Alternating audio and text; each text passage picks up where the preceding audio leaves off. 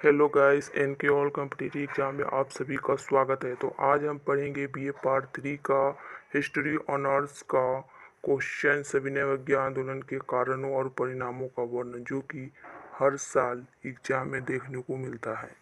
तो चलिए गाइस, बिना देरी हुए वीडियो को स्टार्ट करते हैं। तो क्वेश्चन है, सविनय अवज्ञा आंदोलन के कारणों एवं परिणामों का वर्णन करें।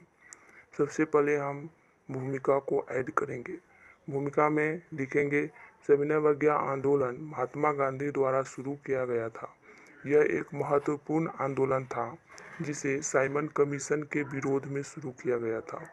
सविनय अवज्ञा आंदोलन भारतीय लोगों की मांगों को स्वीकार करने के लिए ब्रिटिश सरकार पर दबाव बनाने हेतु असहयोग आंदोलन का एक रूप था। इसकी शुरुआत 12 मार्च 1930 को गांधी के प्रसिद्ध दांडी मार्च से हुई थी। गांधी जी ने अपने 78 प्रतिनिधियों के साथ अहमदाबाद के साबरमती आश्रम से इस आंदोलन की शुरुआत की थी।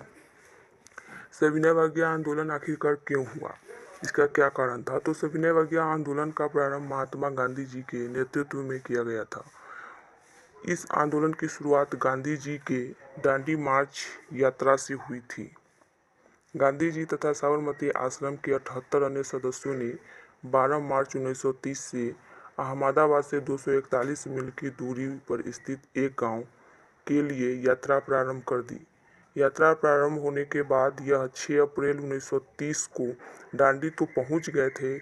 वहां पहुंचने के बाद उन्होंने नमक कानून को तोड़ा।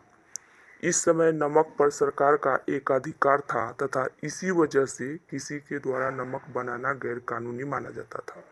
गांधी जी ने इस आंदोलन की अवज्ञा करते हुए समुद्र के जल का वाष्पीकरण करके बने हुए इस नमक को अपनी मुट्ठी में उठा लिए तथा सरकार के बने हुए इस नमक कानून को तोड़ा।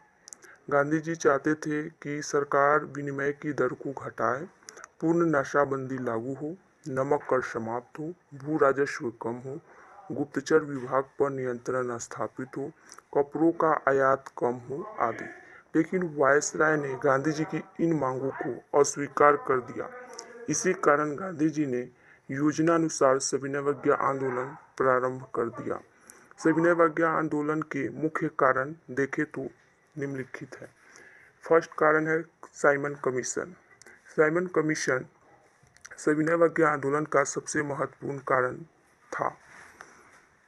सर जॉन साइमन की अध्यक्षता में बनाया गया यह 7 सदस्यीय आयोग था जिसके सभी सदस्य अंग्रेज थे। भारत में साइमन कमीशन के विरोध का मुख्य कारण कमीशन में एक भी भारतीयों को नहीं रखा जाना तथा भारत में स्वशासन के संबंध में निर्णय विदेशियों द्वारा किया जाना था। नेक्स्ट कारण है पूर्ण स्वराज की मांग। सविनय अवज्ञा आंदोलन का दूसरा महत्वपूर्ण कारण पूर्ण स्वराज की मांग मानी जाती है। 31 दिसंबर 1929 ईस्वी को लाहौर के रावी नदी के तट पर पंडित जवाहरलाल नेहरू ने पूर्ण स्वराज की मांग का प्रस्ताव रखा था और तिरंगे झंडे को फहराते समय कहा था कि जब तक हम अपने देश को आज़ाद नहीं कर लेंगे तब तक चैन की सांस नहीं लेंगे। इन्हीं घटनाओं ने सविनय अवज्ञा आंदोलन को जन्म दिया। नेक्स्ट कारण है गांधी जी का समझौतावादी रुख। सविनय अवज्ञा आंदोलन का एक महत्वपूर्ण कारण गांधी जी का समझौतावादी रुख माना जाता है।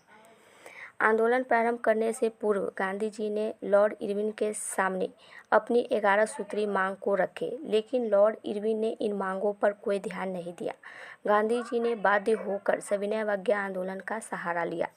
नेक्स्ट कारण है नेहरू रिपोर्ट। साइमन कमीशन का बहिष्कार करने पर भारत सचिव लॉर्ड बर्कनहेड ने भारतीयों को संविधान बनाने की चुनौती दी।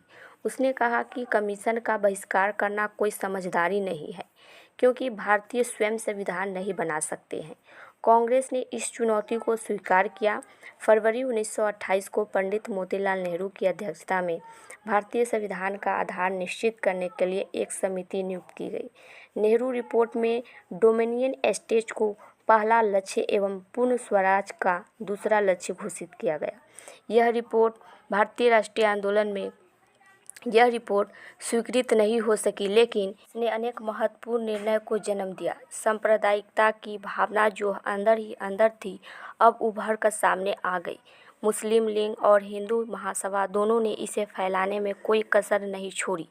अंततः गांधी ने इससे निपटने के लिए सविनय अवज्ञा आंदोलन प्रस्तुत किया।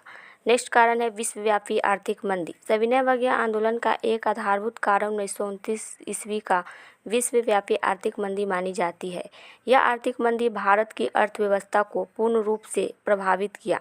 भारत का निर्यात कम हो गया, लेकिन अंग्रेजों ने भारत से धन का निष्कासन बंद नहीं किया। अनेक कल कारखानों बंद हो गए और अनेक पूंजीपतियों की हालत खराब हो गई। किसान वर्ग तो पहले से ही गरीबी की मार झेल रही थी। पूरे देश का वातावरण सरकार के खिलाफ थी। गांधी जी ने इस स्थिति से निपटने के लिए सविनय अवज्ञा आंदोलन का सहारा लिया। सविनय अवज्ञा आंदोलन का निष्कर्ष अगर हम देखें तो इस आंदोलन ने नमक कानून को समाप्त कर दिया। इस आंदोलन ने स्वतंत्रता प्राप्ति के लिए सामाजिक जड़ों को रखा और उन्हें मजबूती दी।